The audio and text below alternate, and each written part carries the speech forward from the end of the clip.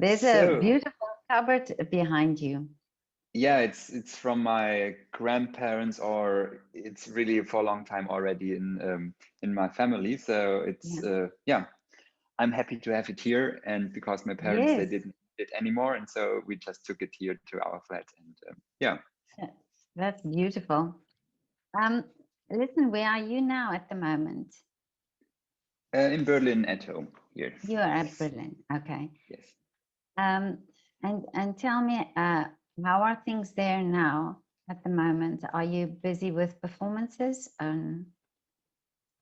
No, at the moment it's still I don't know. It feels very strange because everybody's waiting and we don't know how the perspectives are like. And so 2 weeks ago, I just heard heard from the Berlin Philharmonics that they plan like in a perspective of 5 years to come back to just normal concerts. And so that's really so long time. And so we are all just like waiting. And Mm. yeah, for me, it's yeah, it was really a hard time. And now it's at the beginning, I was like, we have to fight that we can play and go live again.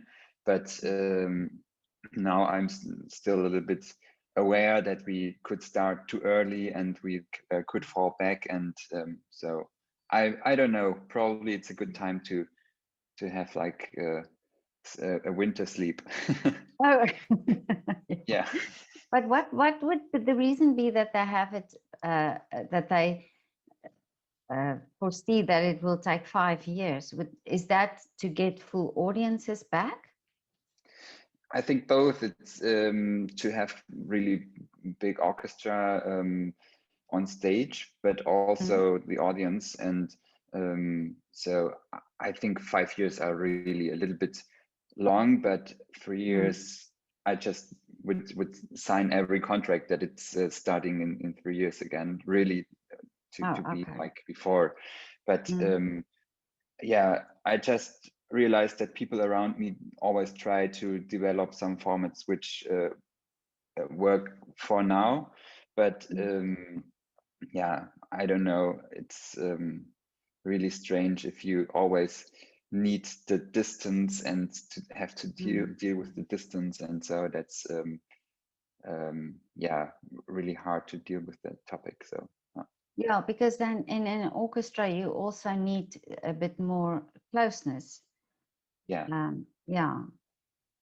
yeah, and I think I'm someone who always needs a close communication and the closeness between people to create an atmosphere, not just as a conductor, but I'm also doing a lot of management things, and so I always try to create the feeling to be very close and people bringing very close together.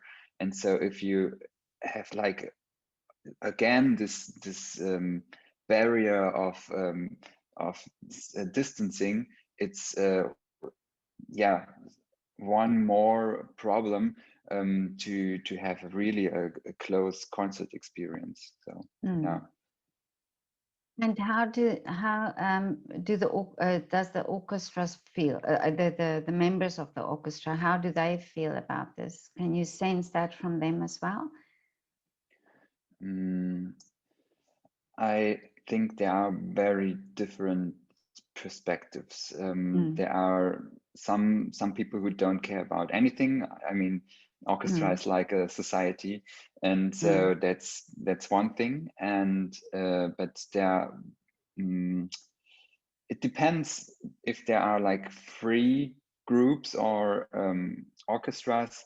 They have to be much more like entrepreneurs, and they have to um, yeah, they have to play, they have to go live, they have to have concerts. But if there are like state organizations and Mm. they get grants, it's a little bit easier. They can be relaxed and they just say, okay, Oh we are yeah. waiting till it's going on. And so I think this makes a really big difference if you are like in the free market or just in a yeah, an Yeah. organization with grants. So yeah, Or the freelance, yeah. yeah, yeah. And initially, when lockdown started in March, what was your feeling? How did you experience it for the first time? Yeah, it was.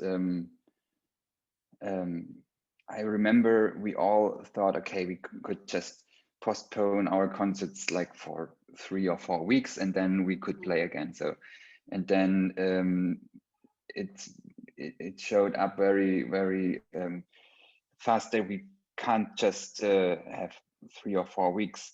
We need like some month, and then from myself, I was very active. I just tried to also in cultural politics, I tried to have a voice together with others, and to say we are here and we have to fight that we can play. And so yeah, then we also developed some formats. Like, it was in my festival, I'm artistic director of Brandenburger Festspiele, and we developed a format like on a truck we put a piano, a grand piano, and then we went together with Justus Franz through some villages and just played Oh, wow. some concerts, like, and it Yeah. was called our Festspiele truck, and our format was called Concert to Go. And so Oh, that's right, lovely. yeah, Yeah. we try to do something and to stay Yeah. active and to give people some music when they can't come to the music. And so this worked very well, and we also want to keep that format for afterwards, because I think it's a really Yeah. nice Yeah. experience. And so I always was like fighting and try to keep moving, and to stay agile and not to freeze in. But yeah, over the year it was getting really more exhausting, and there were other problems coming up, because all the money from government was coming really slowly, and we also had some problems with some other state organizations like Agentur für Arbeit and topics like that. And so for me, it was really a depressing year, and that led to that I had a hearing loss in November. Oh, It yeah. was really heavy. I did a recording with the state orchestra in Frankfurt Oder, and it was crazy because we recorded a piece about Beethoven, and it was a new composed piece. And so I rehearsed with the orchestra and said, here you can hear the tinnitus in Beethoven's music. And then 20 minutes after I did the recording, I had a collapse and just a really complete breakdown. And so it was for me now like 2 or 3 months to get back to normal life, and to recover. And now I'm more or less recovered, but Was this really, because of the virus, or was it just because of stress? it was because of stress. And I mean, if you are like director of a festival, you have a responsibility for a lot of artists. And so I felt like also a responsibility for the whole branch, for all musicians, all creatives. And I don't know, it was probably too much for me. And so the stress level was so high. And then it happened in a moment when I did music, because I mean, if you're doing music, it's you put something very from your inner to the outside. And so I think that was the reason why it just came out in that moment. And so yeah, that was a really, for me, in that moment, I didn't have the COVID virus, but I had an like other virus in my on my nerves also. And so it was really freezing in time, and so I had time to rethink about a lot of things. And also about my life and what's important to me. And so, yeah, it had So some that, positive sides, but I don't want to tell that it had something positive in total. So yeah. what do you mean you don't want to say? Is there a you don't want to say there's something positive about that? There is something positive, of course, Yeah, but yeah. I just, you know, I think it's not good to when people say the COVID topic also has something positive, because of course there are positive sides, but I mean it's really a catastrophe. It's something which is destroying so much. I mean, of course there are also some new things coming up with that, but um, it's so depressing and so for the yeah, soul health, it's so heavy, and so that's why it should stop at some time. Yeah. Yeah, but that is why I'm thinking that it's only been recently that real research have been done. I mean, previously a lot has been suggested, but it's only in really recent years, I think, since the 1960s, that they've done real experiments on the brain to see how the brain changes when people do art and play music, and especially music also. And now I'm really trying to find these information so that I could also share that, because I think in this pandemic it's really important that the arts are now again starting, you know, that music institutions open, because for everybody, you know, you have the stress, because of course you deal with the orchestra and with all the musicians, but it's a whole chain reaction, and that we see it now, that it's not just the arts, it's not just the arts that are affected, but it's also everything around it that's affected. And I hear what you're saying about the positive and not thinking of the positive things, but I sometimes think it's that if we can find that, maybe it will just give that little bit of energy to push through, you know, to Yeah. do the next step. Yeah, of course. I mean, it's you're just saying something very important also to me, because I don't want to do just arts because of arts. I always want to have an impact on society, and I want to give people something with that what I'm doing. And so what I do is not just being a conductor or an artist. I also try to develop concepts and structures which which can give people something, and with they can identify, because I think it's so important that we in arts and cultural production, that we also deal with topics which are very relevant to people, and yeah, we don't do just our arts because we are artists. So we have really a mission to deal with topics of society, and so we have to find formats which can use arts and cultural events as a language, or something to open eyes also, Yeah. and to give people something they can talk about. And so that's how I feel, how we should structure all our work in that field. And if you think like that, it's of course so important that we open again, and we have like centers of it's like a social forum, or something Yeah. people can can meet and they can experience something and yeah, exchange, but also to take something for really just for themselves. And so that's how I feel cultural production should be like. And so of course we should be open again. Yeah.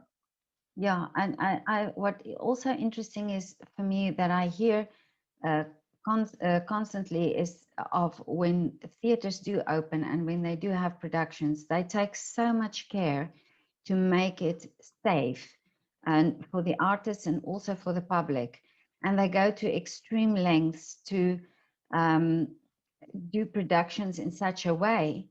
And also the audience members come and they are so conscious of wearing the masks, of having the distance, and so eager to come to the theater. So in that sense, I think the audiences will definitely, you know, understand all the regulations and work with all the regulations, and it's evident that the artists are willing to do that. Yeah.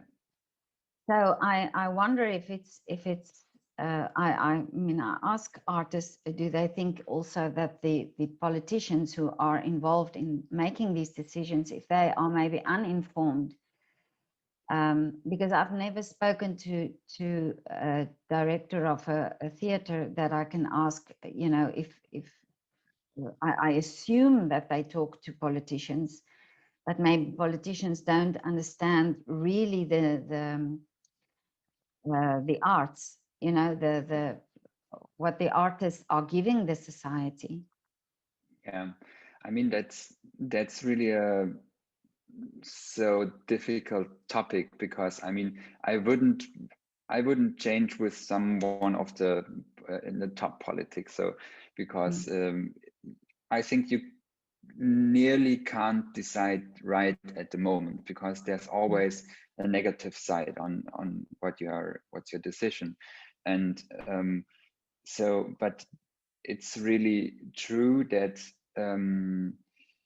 all through the politic systems we are having in European countries, it's very slow that things can really be, yeah, set up effectively. And so of course cultural systems, they have their own mechanisms, and you need your own understanding of it. And so I think of course is a misunderstanding or not understanding in politics, but I don't, if you ask me what I would do, I don't know really, because of course I'm not an expert like knowing everything about the virus and how to deal with the virus. I just can say from my side, of course we are doing everything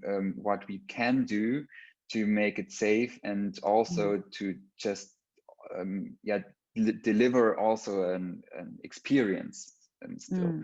And so I don't know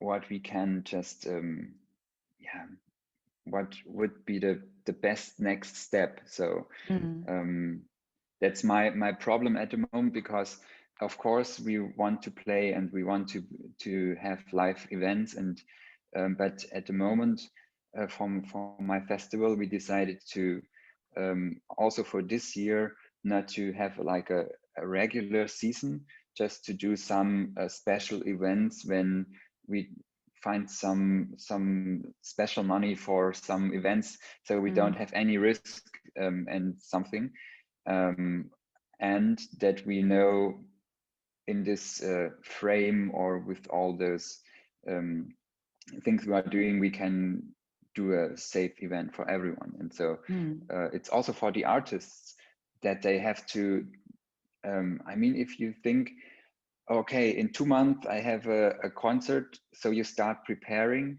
and preparing not just practicing but also like from mental focus, and then it's canceled again. It's canceled again and again and again.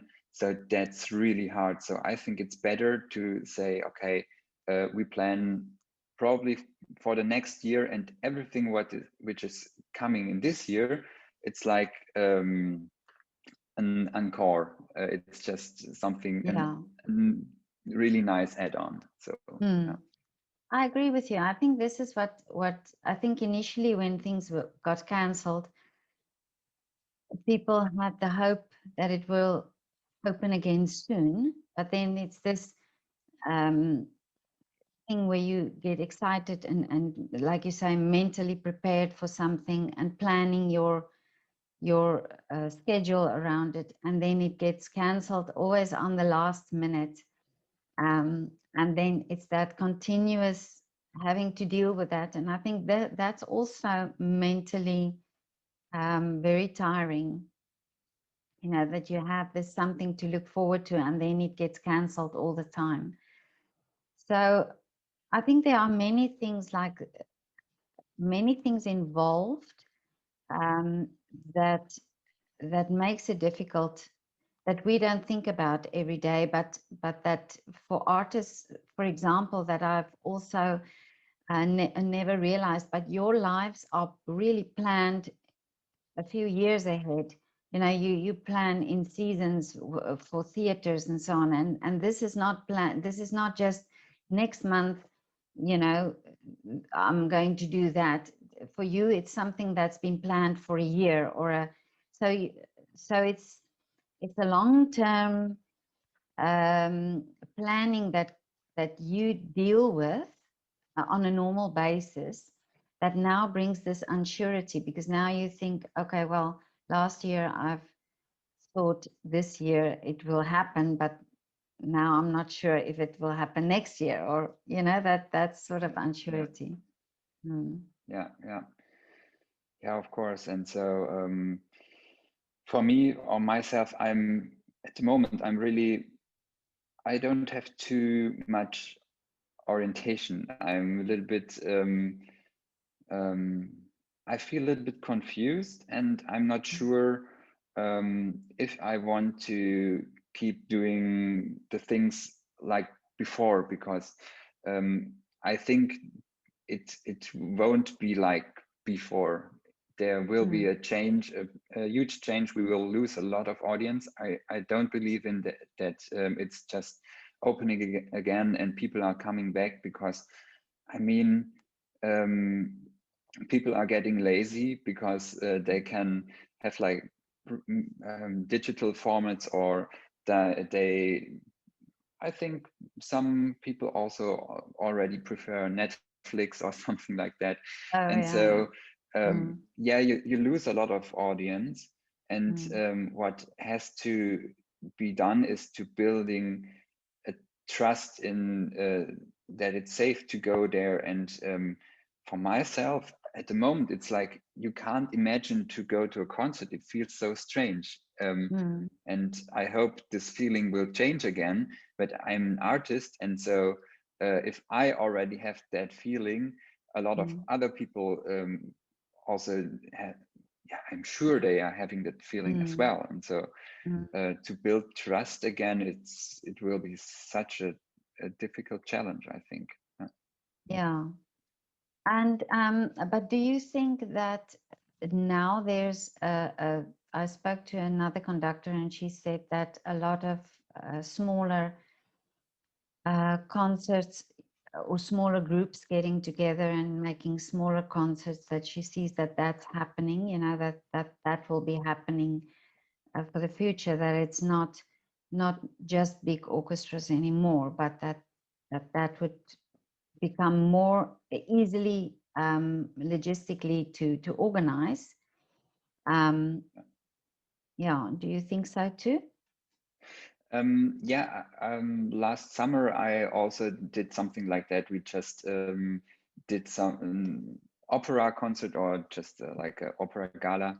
And so we just reduced the orchestra to 10 people, and did some special arrangements with that. And for smaller concerts with audience like 200 or 300 people, I mean, last summer we just were allowed to have 150 people open air at that time. So, but it worked very well, but it's something different. I mean, it's not the same.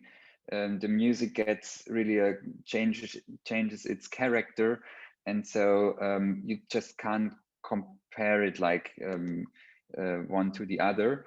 And so I'm sure these smaller formats will have something or will get more and more important. But I mean, if you think just about the music, of course, if there are is there an orchestra with hundred people, it has such a power, and yeah, it's really something you can't compare. And so I'm of course you'll have to think what's also in a economic way, what can work. For now, if we have less audience, we earn less, and so we can't spend too much money. But I think that's not the solution for the whole future. And so yeah, I think the most important thing is that we rethink about, of course, formats, because you can't just take the old format of a concert and just reduce it to a smaller group of people, because you lose the atmosphere. You have probably to rethink about how concerts are presented, also about the length, and also I just wonder, why do we also always have two halves of a concert? And why do we always open with an overture, then we play a concert, and then we play a symphony after break? And so probably that's not the best way to catch the attention of people. Probably we have to reduce more to shorter concerts, which are just 1 hour and then without a break. So that's, if you want to have something positive, I think that's a good point to just plan it again from scratch, and to think really about the basics of a concert experience.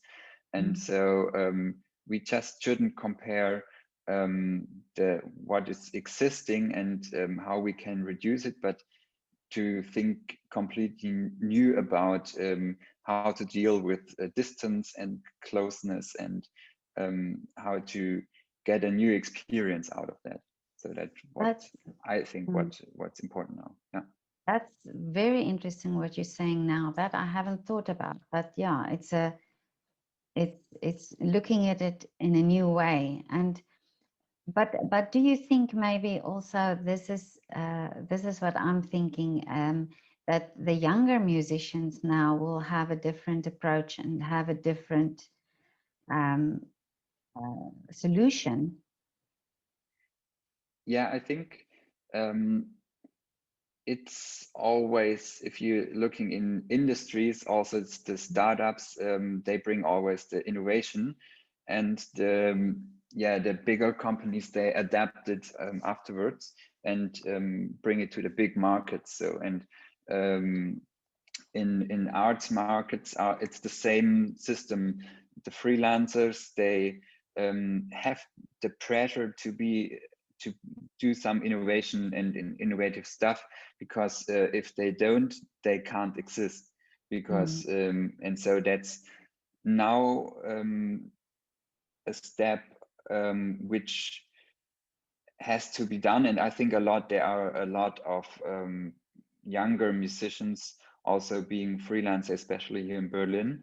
And what happened in the last years is that it got so international here, and so we have a global exchange, especially in young musicians. And so of course they all have probably a fresher mind than people who are established for over a long time. And it was very interesting. I was in a jury which just gave it was from government, from the German government, for all the Corona. It was called Neustart Kultur Classic, and so it was, we just had like 1,600 times we could spend 6,000 euros to artists, and so they had to send in a concept, an artistic concept, and to describe why they need it at the moment and what they want to spend the money for. And so for me, it was, I just had like 200 to 220 artistic concepts, and so I thought there were just so few concepts which were really interesting, but they were really good.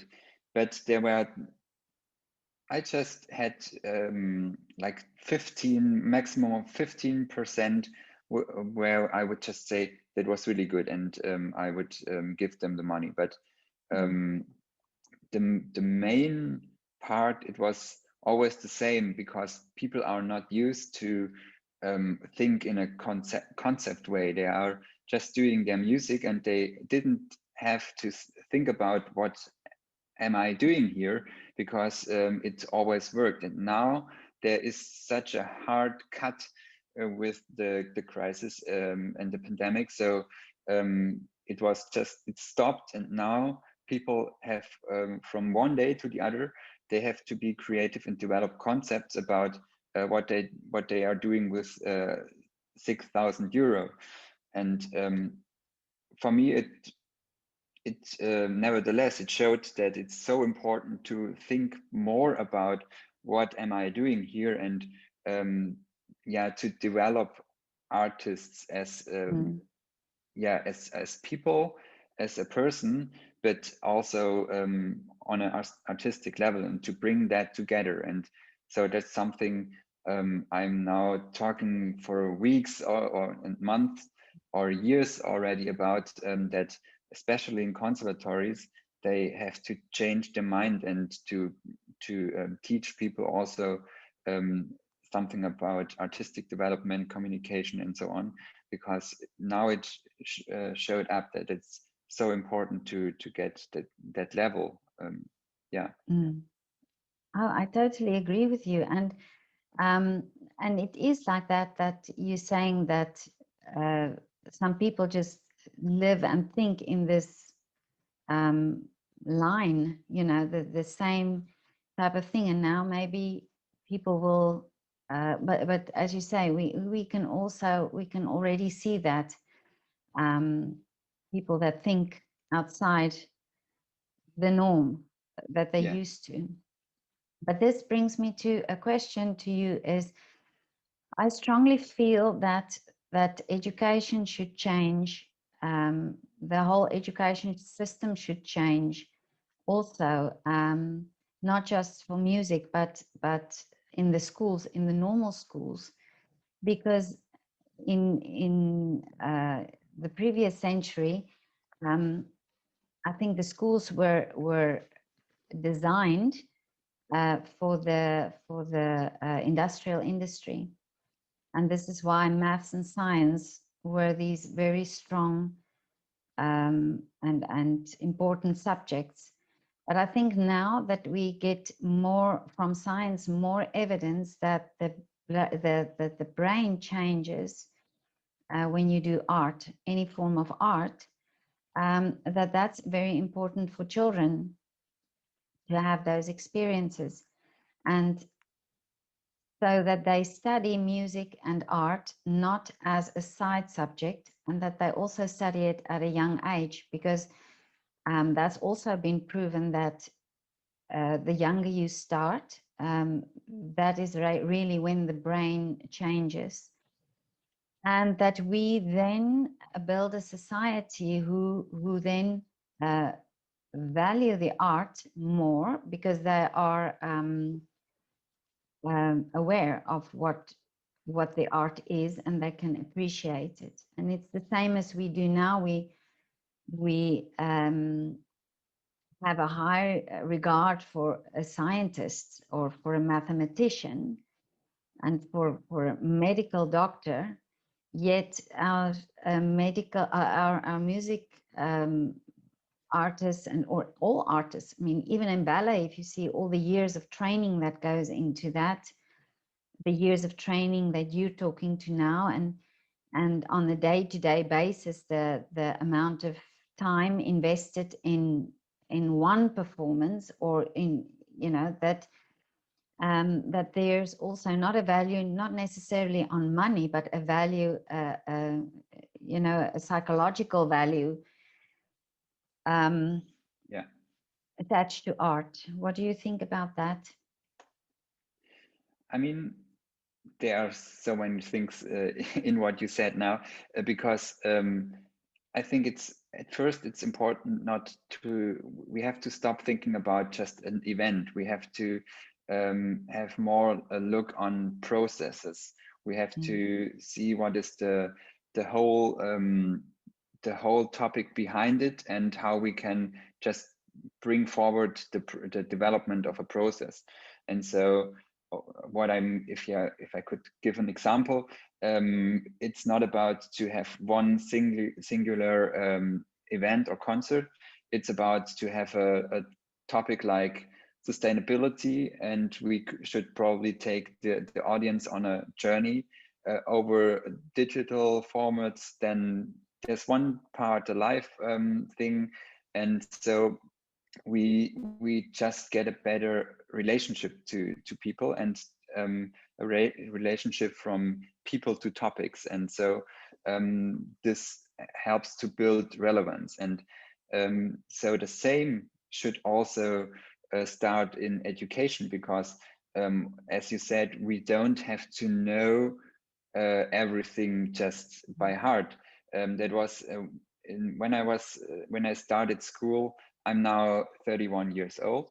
And so, yeah, I remember, of course, we had to learn poems and things by heart. But so at the end of my school time, we had one teacher. She was quite young, and she said, a history teacher. And so she said, you don't have to know everything, you just have to know where you can find the information. And so it was really a smart sentence, because it changes completely what you teach, because you're helping people to develop methods of research, and how to find information. And that's something completely different. Also in math, of course, it's important that you can just say, okay, I know more or less if these numbers are right or not, but you don't have to just do everything in your head. And so you have to know how to use all the technological things and all the possibilities we have now. And so I think it's really important that we get a more holistic approach in teaching.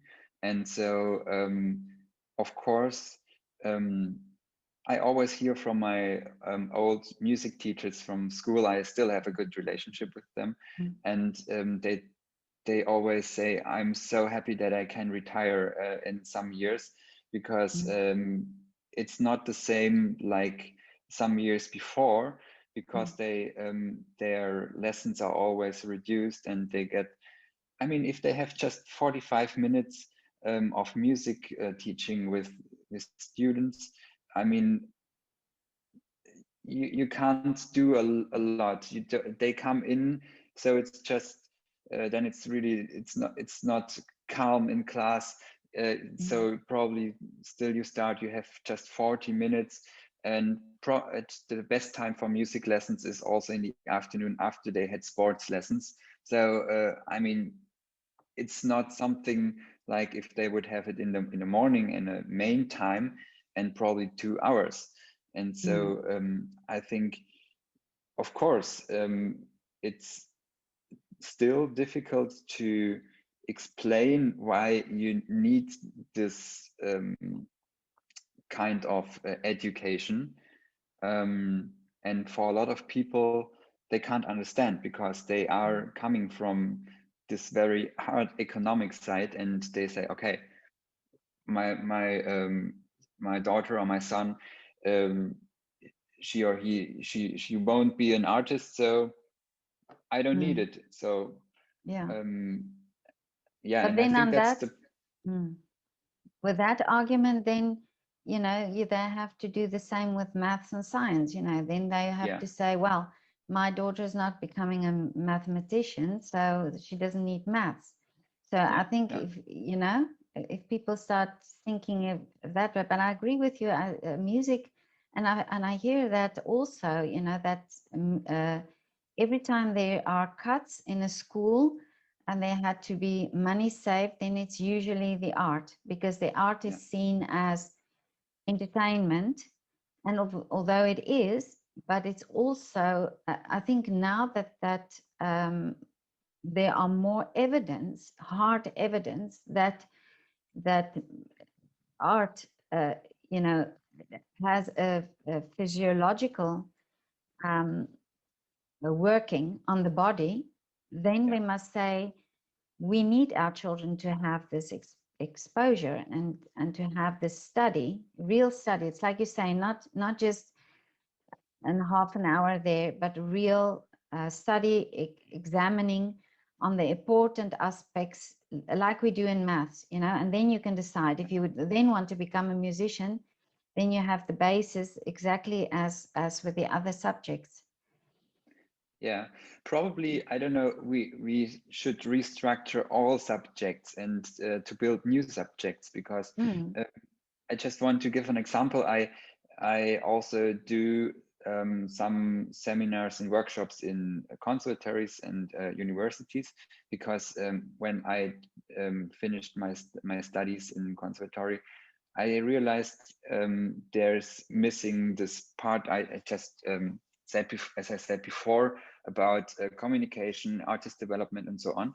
And so I decided to change that and work on that with students. And so what I realized now, it's really important not to give just a framework. How can I do communication, or to teach how can I do social media marketing or something.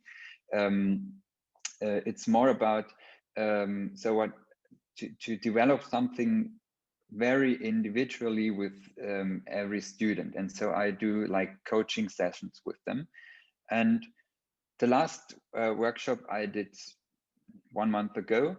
And so at the beginning, people said, okay, I'm a classical singer, and I'm also a singer-songwriter, so I do also the something in pop music.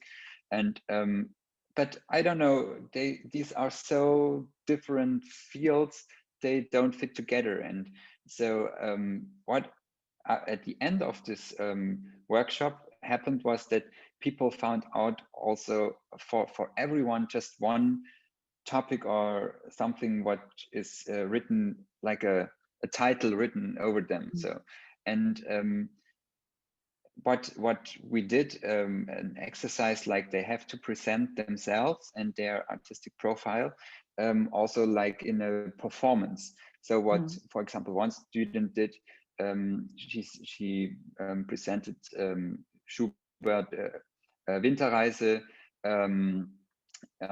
playing on guitar in the style of singer-songwriter. So everyone understood, okay, she's a classical singer, but she can also perform, and she has a very clear voice, and she can deal with this classical music, but also in a new way. And so this was she just presented it like in 30 seconds, and then was talking about who she is. But everyone understood. And so I think it's what I want to express with that. It's that we probably need more this performative research, and so use arts to express other topics. And so this could probably also be in school education an approach, that it's not this we learn about music history, you can also learn that if you by doing Yeah, so. yeah. But probably it's an approach to work on other topics to express it in an artistic way. So that's how I But feel. but this is interesting because I spoke to a ballet dancer last night, and I asked him this also, that movement and art is a form of expression. You know, it's really a form. It's communication in a way also, and Yeah, that we give the children also that opportunity to be able to express themselves in that way. You yeah, know, because that is probably one of the in like you say now, thinking like that will also then in the end benefit every person who has the opportunity to also develop their brain like that in a thinking way to whatever they uh, do then in life, not becoming a musician, but say it going into business, that will bring a new creativity into business, or you know, in any other career. yeah, So in actual fact, if you look at the economics then of teaching children this would actually bring more innovative ideas, more creativity in the workplace from people who were trained like that as children, you know? yeah. I mean, there are a lot of advantages if children learn that they learn to how to move on stage and present something, and to present it really from the inner side of them, and just to be very authentic and natural in presenting. But as you say, they they also learn about creativity methods. I mean, there are in economics and industry, there are methods like design thinking or thinking hats, and so there are so Mm. many creative methods which they use, and so it would be much easier if they already know it from school how to use something like that. And so it's always a very playful and artistic approach if you try to trigger creative moods. So Yeah, yeah. No, I totally agree with you there. That's definitely, I think, I see that with ballet dancers as well, who retire at the age of 40 and then go on and start a new career. You know, yeah, they just they have the skills, they have the mindset to do it, to make a success of it, but it comes from this um, you know, the mindset of being an artist, I think. The other thing that's also interesting for me is the fact that there are in an orchestra so many different nationalities. Um, and in if I just look in Vienna and all the artists that I photographed, how many international students there are here at MDV, how many musicians from all over the world that really give up their lives and their in their home countries and come to a place like Vienna, and probably in Berlin it's you have the same thing. But that you think an orchestra, it's like you say, it's a small society, but in the arts, also in the ballet studio, they all seem to be very more um, living, you know, it's like a community, and they are more accepting of each other. mhm.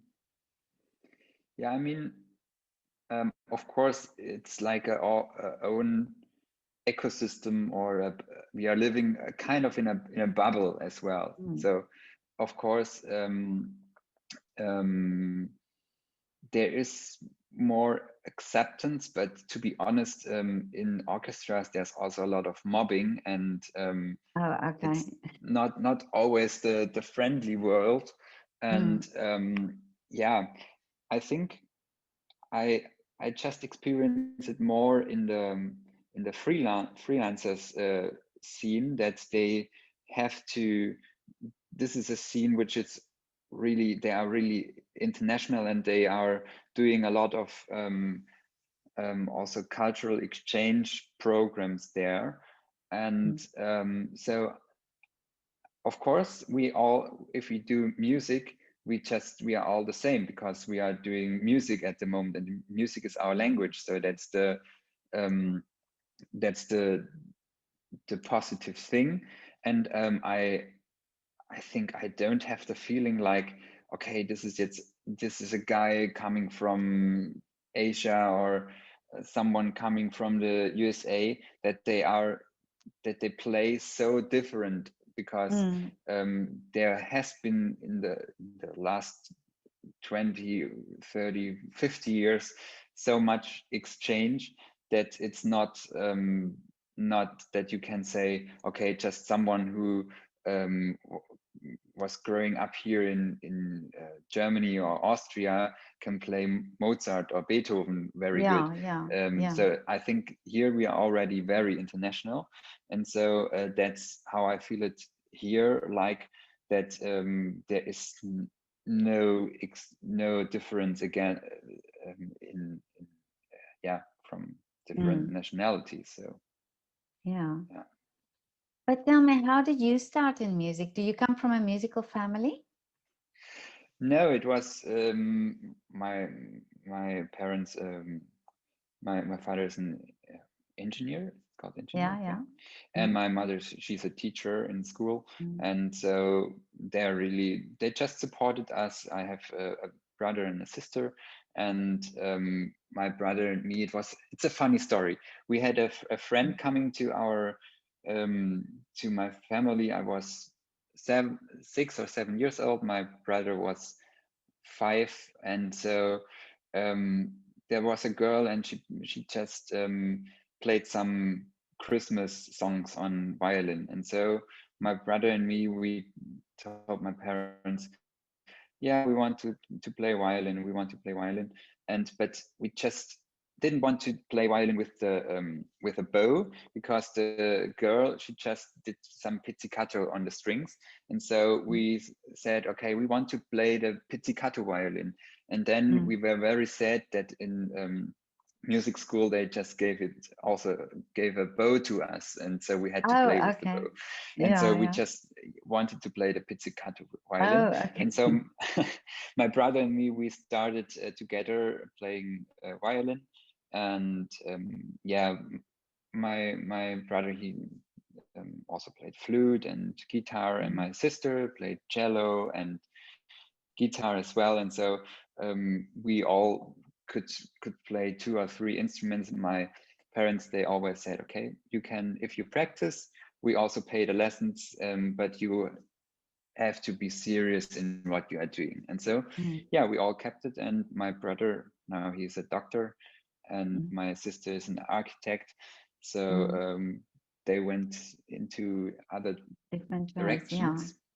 So, but it's Mm.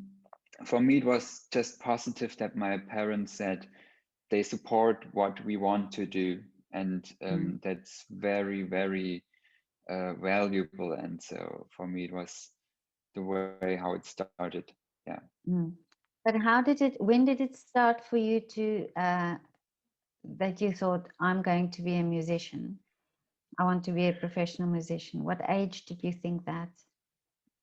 It was very late, because it was just before I finished school.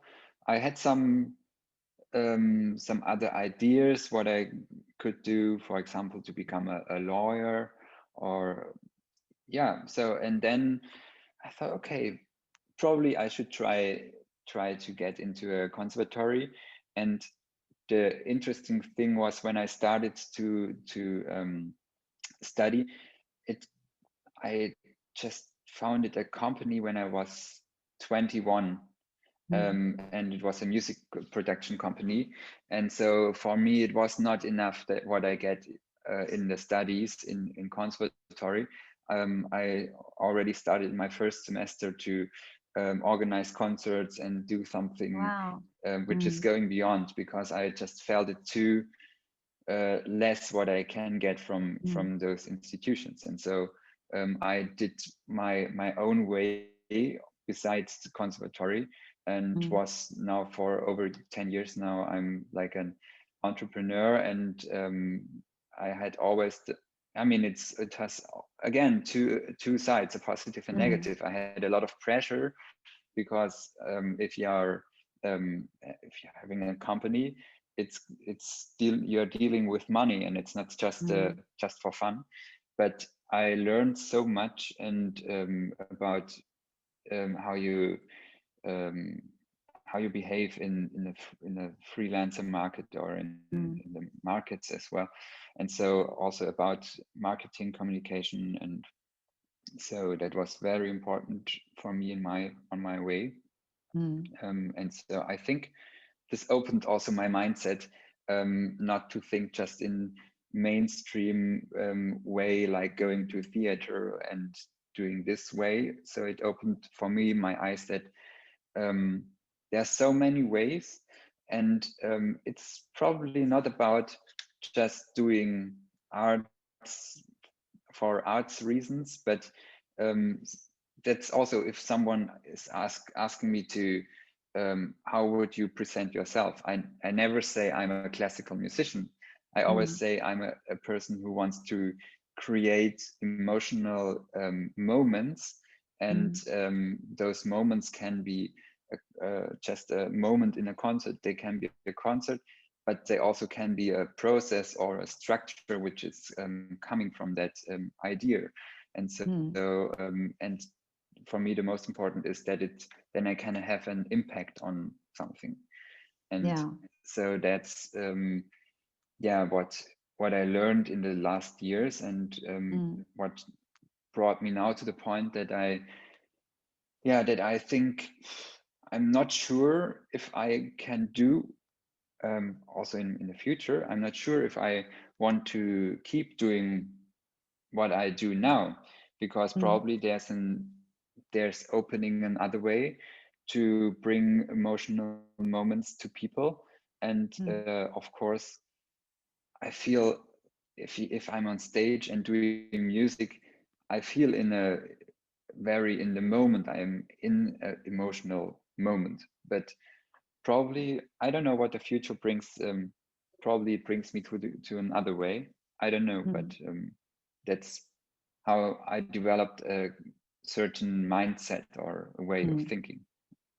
So you are very open to change then. I think the question is what means to change. I mean, we are changing every second, and our whole lives. So it's just a way to be more open, not to keep doing what I did before, and to stay in the same way, just to be a little bit more flexible. And so the last year, it showed me again that it's important to be flexible. And I mean, that's the advantage. Art can be very flexible, and artists can be flexible, but there is a limit, and the limit was reached now, that people get sick because they can't be more flexible anymore. So what is your wish for the future? How would you like it to be if you can be granted a wish?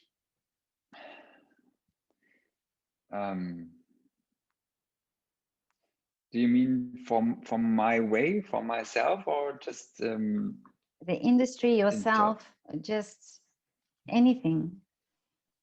You have a wish now. I have the wish that people care about themselves, look after themselves, and also about the environment.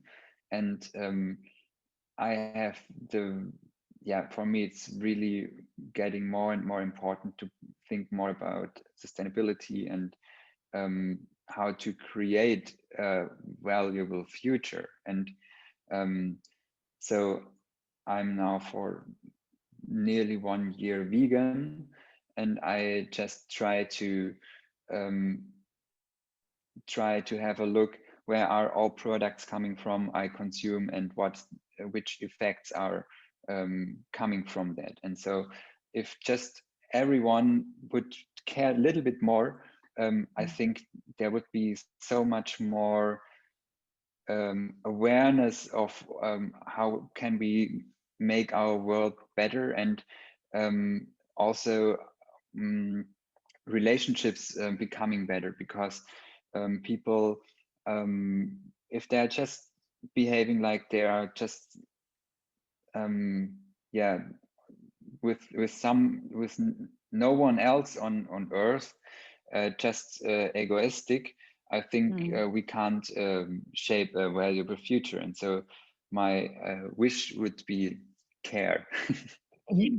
But don't you think out of this time that you know, where we are so a bit more isolated, and that everything came to a standstill, that maybe your wish might come true, that people, you know, will care more, would be more aware of each other?